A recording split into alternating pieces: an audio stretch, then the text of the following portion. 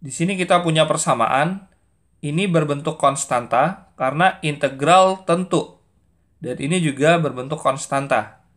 Ini juga konstanta. Sehingga fungsi fx ini bisa kita tuliskan sebagai 3x kuadrat ditambah 4x ditambah suatu konstanta. Misalkan P. Selanjutnya, kita akan substitusi nilai fx ke persamaan yang pertama, yaitu menjadi kita integralkan, ini akan menjadi batas atas 1, batas bawah 0, ditambah P kuadrat sama dengan 3.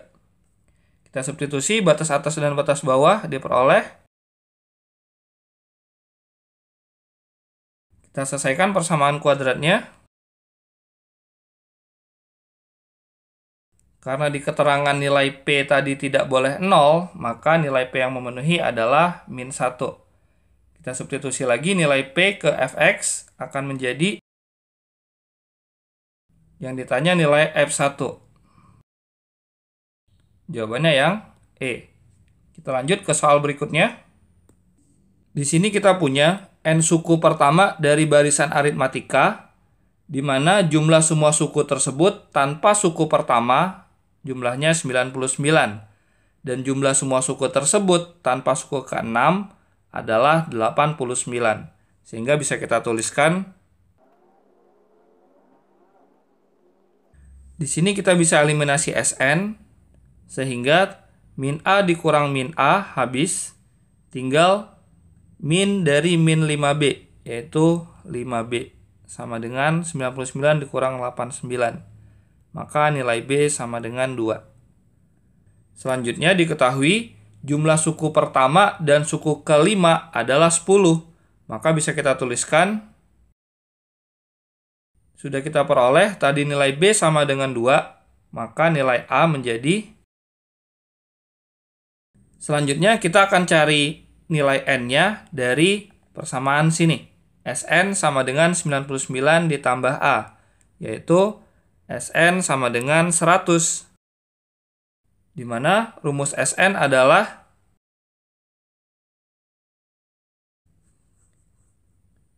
kita substitusi nilai A dan B akan diperoleh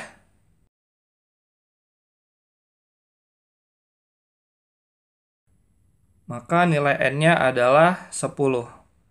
Yang ditanya nilai 2N min 1, yaitu 20 dikurang 1. Nilainya 19. Kita lanjut ke soal berikutnya. Di sini kita punya fungsi fx sama dengan cos x yang ditanya nilai limit dari h menuju 0 fungsi ini. Di sini mirip definisi turunan kedua. Sebenarnya turunan kedua itu definisinya di sini menjadi 2h, di sini h, x plus h, di sini hanya bersisa x.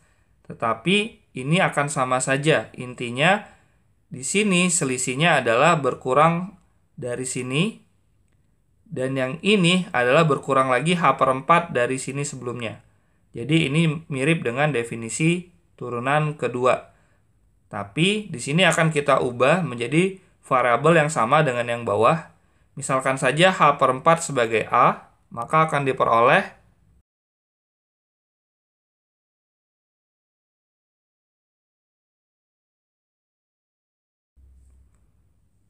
lalu akan kita keluarkan 4 kuadratnya menjadi.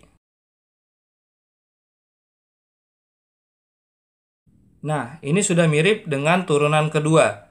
Ini akan bernilai sama saja dengan definisi dari turunan kedua. Yaitu ini nilai di dalam F-nya berkurang A dari F yang di sini. Dan nilai F yang ada di dalam sini juga berkurang A dari yang di dalam sini. Itu merupakan bentuk dari turunan kedua. Sehingga jika fx-nya adalah cos x, maka turunan kedua dari cos adalah min sin min cos. Sehingga jawabannya adalah 1/16 dikali min cos x. Yaitu yang E. Kita lanjut ke soal berikutnya. Di sini kita punya dua sistem persamaan, di mana dua sistem persamaan ini memiliki solusi yang sama. Artinya, Jika ini sebuah garis lurus dan ini sebuah garis lurus, maka mereka akan berpotongan di satu titik. Ini merupakan penyelesaiannya. Dan yang ini juga merupakan dua garis lurus yang akan berpotongan di titik yang sama. Artinya, keempat garis akan bertemu di satu titik. Sehingga kita bisa cari solusi dari persamaan X plus Y sama dengan 3 dan X plus 3Y sama dengan 3. Karena kedua garis ini juga berpotongan di satu titik yang sama dengan semua garis tadi. Sehingga kita akan peroleh nilai Y sama dengan 0 dan X sama dengan 3. Untuk mencari A dan B, tinggal kita substitusi. Pertama, kita bisa cari A terlebih dahulu. Jika sudah dapat A, maka kita bisa dapatkan nilai B. Untuk A yang bernilai 2, maka B-nya akan bernilai. Dan untuk A yang bernilai min 2, maka B-nya akan bernilai. Sehingga di sini ada dua pasang bilangan A, B. Yang pertama 2,5 dan min 2, min 7. Jawabannya yang C. Kita lanjut ke soal berikutnya. Di sini kita punya pertidaksamaan trigonometri untuk nilai X yang ada di antara 0 derajat sampai 360 derajat. Untuk menyelesaikan soal ini, kita perlu tahu beberapa rumus trigonometri, yaitu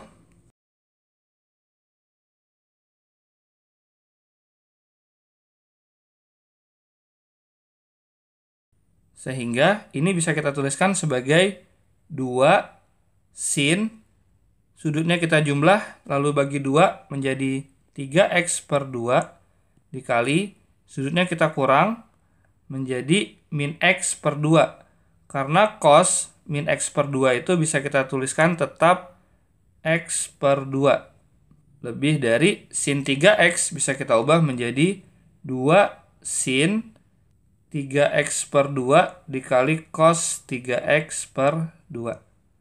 Di sini ada sin 3x per 2, di sini juga ada sin 3x per 2. Ini tidak boleh dicoret karena bukan persamaan.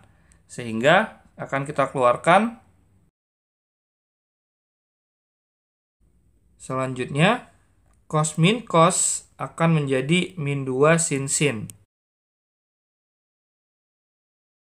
Sin, sudutnya kita jumlah menjadi 4x per 2, yaitu 2x, lalu dibagi lagi dengan 2, menjadi x.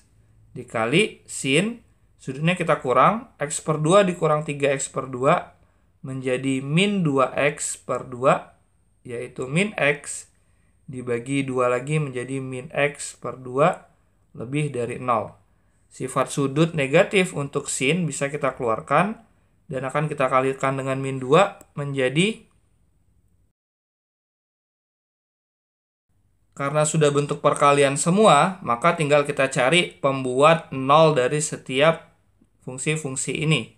Yaitu, ini akan menjadi 0 untuk x sama dengan 120 derajat dan 240 derajat. Ini akan bernilai 0 untuk x yang 0 derajat dan 180 derajat. Dan ini akan 0 ketika x-nya sama dengan 360 derajat. Dan 0 juga tentunya ya. Garis bilangannya, batas-batasnya akan menjadi 0 derajat. Karena di sini semua fungsinya sudah positif, maka daerah yang paling kanan itu pastilah bernilai positif. Sehingga ini menjadi positif, negatif, positif, negatif, positif. Karena x yang diminta antara 0 dan 360 derajat, maka yang positif adalah daerah x antara 0 sampai 120 derajat dan antara 180 derajat sampai 240 derajat. Jawabannya yang A. Kita lanjut ke soal berikutnya. Di sini kita punya x dan y, bentuknya hampir mirip. Kita akan coba selesaikan bentuk x terlebih dahulu. Maka ini akan menjadi x min 3 sama dengan 1 per 3 ditambah 1 per x. Untuk menyederhanakan bentuknya, ruas kanan, pembilang dan penyebut sama-sama kita kali x.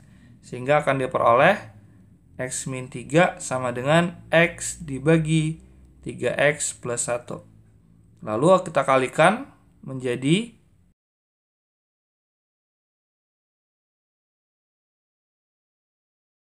karena ini tidak bisa difaktor, maka kita tahu bahwa X-nya bukan bilangan bulat. Nah, bentuk ini akan sama saja. Misalkan kita ganti nilai Y-nya menjadi X, yaitu X sama dengan, di sini boleh kita ganti X karena Y ini adalah solusi dari persamaan ini. Dan X di sini juga solusi dari persamaan ini. Jadi ini bisa kita ganti lagi nanti jadi Y. Nah, kita lihat bentuk ini 3 ditambah 1 per 3 ditambah 1 per X. Ini bentuknya sama seperti ini, yaitu sama dengan X. Sehingga nilai ini bisa kita ganti menjadi X sama dengan 3 ditambah 1 per ini menjadi X. Lalu kita kali X ruas kiri dan kanan akan menjadi X kuadrat sama dengan 3X ditambah 1. Yaitu menjadi X kuadrat min 3X min 1 sama dengan 0. Artinya, jika kita ganti X dengan Y lagi, karena nilai X sebenarnya adalah Y, maka solusi Y itu juga sama dengan solusi dari si X tadi. Maka nilai mutlak dari X min Y itu nilainya akan sama dengan 0. Karena solusi dari persamaan ini dan ini adalah sama. Sehingga X dikurang Y akan bernilai 0. Kita lanjut ke soal berikutnya.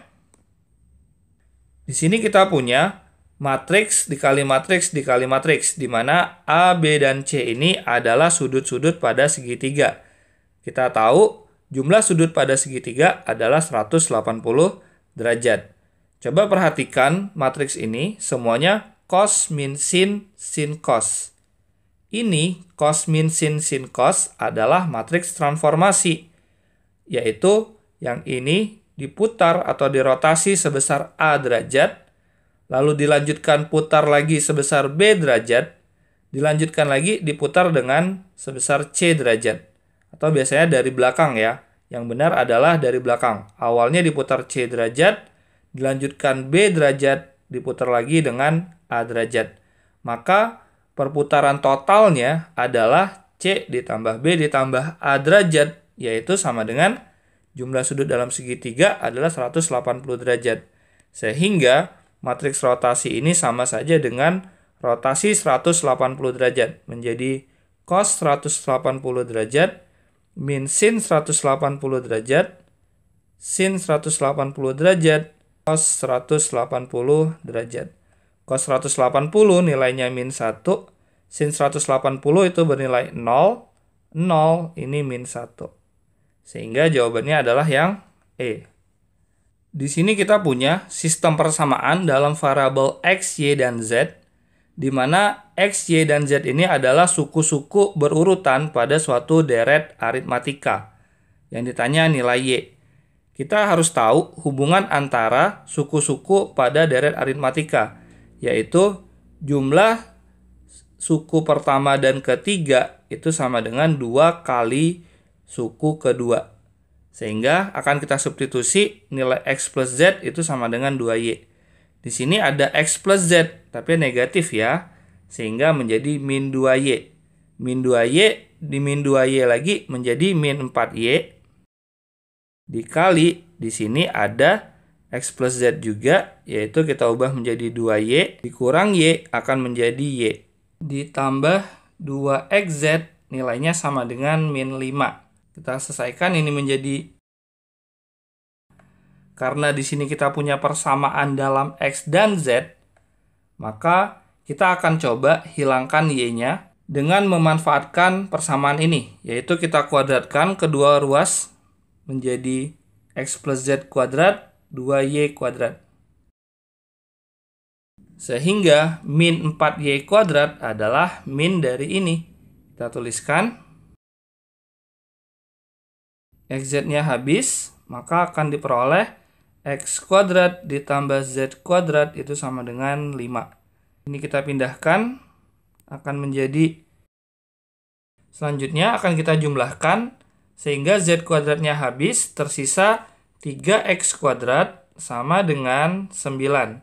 Maka X kuadrat akan bernilai 3, dan X itu akan bernilai akar 3 atau X-nya bernilai min akar 3. Jika sudah dapat X kuadrat sama dengan 3, maka kita bisa cari nilai Z kuadrat.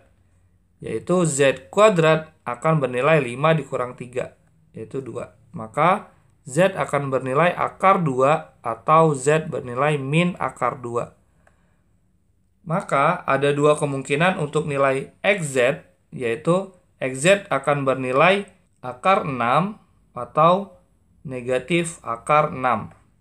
Lalu untuk mencari nilai Y, kita bisa substitusikan semua nilai X kuadrat dan Z kuadrat serta XZ yang kita peroleh ke persamaan ini.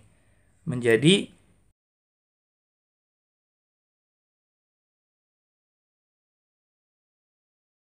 maka nilai Y itu akan sama dengan akar dari 5 plus minus 2 akar 6 dibagi 4.